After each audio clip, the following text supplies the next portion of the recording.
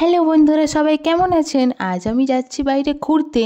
তো ভিডিওটি একদমই স্কিপ না করে লাস্ট পর্যন্ত দেখবেন, কারণ আজকের আমি আপনাদের সাথে খুবই একটা সুন্দর মনোরম পরিবেশ শেয়ার করব। তো আমরা এখন যাচ্ছি, আর এই দেখুন আমার পাশে কে বসে আছে। সে প্রথমে কেমন করে তাকাবে, তারপরে মুচকি হেসে ফেলবে ক্যামেরার দিকে তাকিয়ে, দেখুন। আর এবারে দেখাবো আমি বাইরের পরিবেশটা, দেখুন কত সুন্দর সব চাষ করেছে এখানে। আপনারা বলতে পারবেন এগুলো কী গাছ চাষ করেছে? আপনারা বা কী করেই বলবেন, আমিই বলছি এগুলো সব আলু গাছ চাষ করেছে, আরও সব অনেক রকম চাষ টাস করেছিল। আর ওই যে ওখানে দেখতে পাচ্ছেন, ওখানে আমাদের নতুন রেল লাইন চালু করবে, মানে রেল লাইন এখন তৈরি করা হচ্ছে। তো এইভাবে আমরা গাড়ির ভিতর বসে বসে প্রাকৃতিক দৃশ্য দেখতে দেখতে আমাদের গন্তব্যে পৌঁছে গেলাম।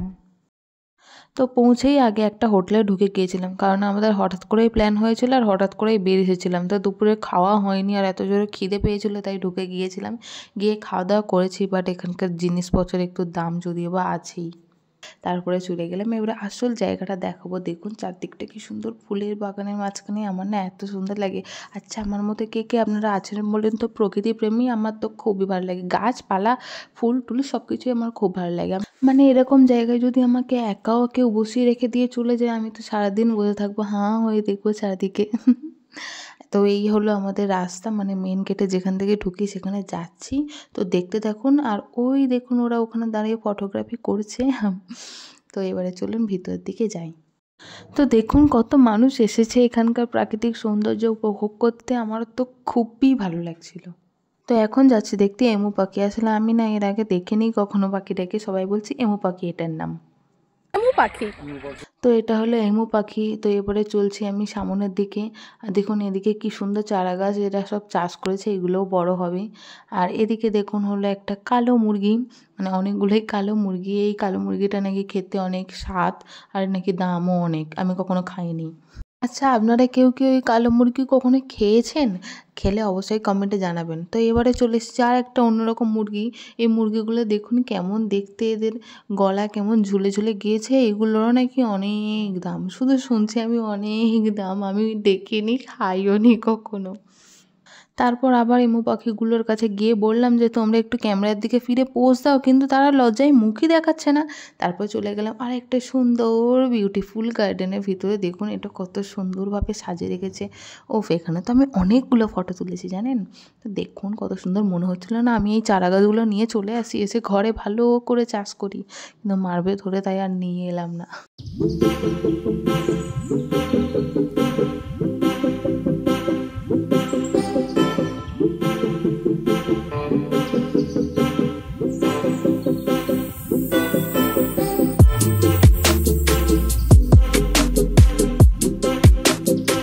তারপর ওখান থেকে বেরিয়ে চলে এলাম অন্যদিকে যাওয়ার জন্য। আর এখানে দেখুন ঘোড়ার গাড়ি দাঁড়িয়ে আছে। এখানে ভাবছিলাম একটু চড়বো, কিন্তু কেউ চড়তে দিল না বলে গিয়ে না আমি একটু ঘোড়াটার গায়ে হাত বুলানোর চেষ্টা করছিলাম। ভয়ও লাগছিল, যদি এক্ষুনি ঘোড়াটা গুঁতো মারে, কি ওদের মালিক যদি এক্ষুনি বলে কেন হাত দিচ্ছ, সেই জন্য আস্তে আস্তে করে যাও করে ছুঁয়ে আমি ছুটে পালিয়ে এসেছি। দিয়ে ঢুকলাম আর একটা সুন্দর, দেখুন এটা হলো লেখা আছে আই লাভ বনলতা। এই জায়গাটার নামই হলো বনলতা। তো সেই জন্য এখানে স্ট্যান্ডটা আছে, এখানে গিয়ে অনেকগুলো ফটোটা তুলেছে। আর ওই যে ওই সাইডে, এই যে দেখুন এখানে দোকানে অনেক কিছু বিক্রিও করছে। আর ওই সাইডে দেখুন বাচ্চাদের মানে প্লে গ্রাউন্ড মতো আছে, এখানে সব বাচ্চারা খেলাধুলা করতে পারবে। এখানে টাকা দিয়ে অবশ্য ঢুকতে হয়। আমাদের বাচ্চাটাও গিয়ে অনেকক্ষণ খেলেছিল। তারপর আমি চলে এলাম এখানে একটু দোলনা খেতে। আমি বললাম না আমি দোলনা লাভার। এবারে একটা ভালো জিনিস আপনাদের দেখাবো। এই দেখুন এই বউগুলো এখানে কি সুন্দর চাল গুঁড়ো করছে, আর এখানে আরও কিছুজন ওই চালগুলোকে ঝাড়ছে, চালের গুঁড়িগুলো। এই দিদিটা যে বসে আছে সে হলো এখানে বিক্রি টিক্রি যা করে, কারণ এখানে পিঠে বানানো হচ্ছে। তো এখানে আমি দাঁড়িয়ে দাঁড়িয়ে দেখছিলাম এরা সব পিঠে বানাচ্ছে কি সুন্দর করে, দেখুন।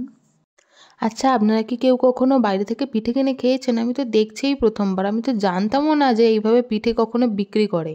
তারপর একটু ফুলবাগানের মাঝখানে র্যাম্প ওয়াক করে নিলাম। তারপরে আর একটা দোলনায় বসে পড়লাম। বসে পড়ে এই যে চুলের টানাটা, এটা কার স্টাইল জানেন? এটা হলো অনুপমা স্টাইল। সেরকম বিনুনিটা করে টেনে দেখাই। তারপরে একটু রং ঢং করছিলাম, করে চলে এলাম আরেকটা জায়গায়। এখানে দেখুন পিছনে ফোয়ারা পড়ছে কি সুন্দর পুকুরের উপরে। তো সব কিছু দেখে এবারে ফেরার পথে চললাম। তো দেখুন এখানে দোকানে কত সুন্দর সব জিনিসপত্র বিক্রি হচ্ছে, আর এই কাপ প্লেটগুলো না আমার খুবই মনে ধরেছিল, সত্যি কথা। তারপর দেখুন আমার যে বাচ্চাটা, সে এটা কিনেছিল, তো তার কাছ থেকে নিয়ে তার মা ওড়াচ্ছে, আর আমি একটু রং ঢং করছিলাম।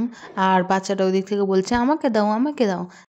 তারপর চলে এসেছি একটা স্পেশাল জায়গা, এটা হলো আমাদের সারদা দেবীর জন্মস্থান।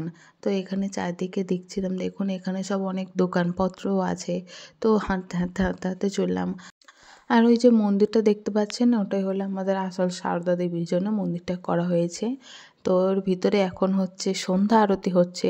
আর জায়গাটা খুবই সুন্দর ভিতরে, বাট এর ভিতরে কোনো মোবাইল অ্যালাউ করে না, তাই এর ভিতরটা দেখাতে পারিনি আমরা।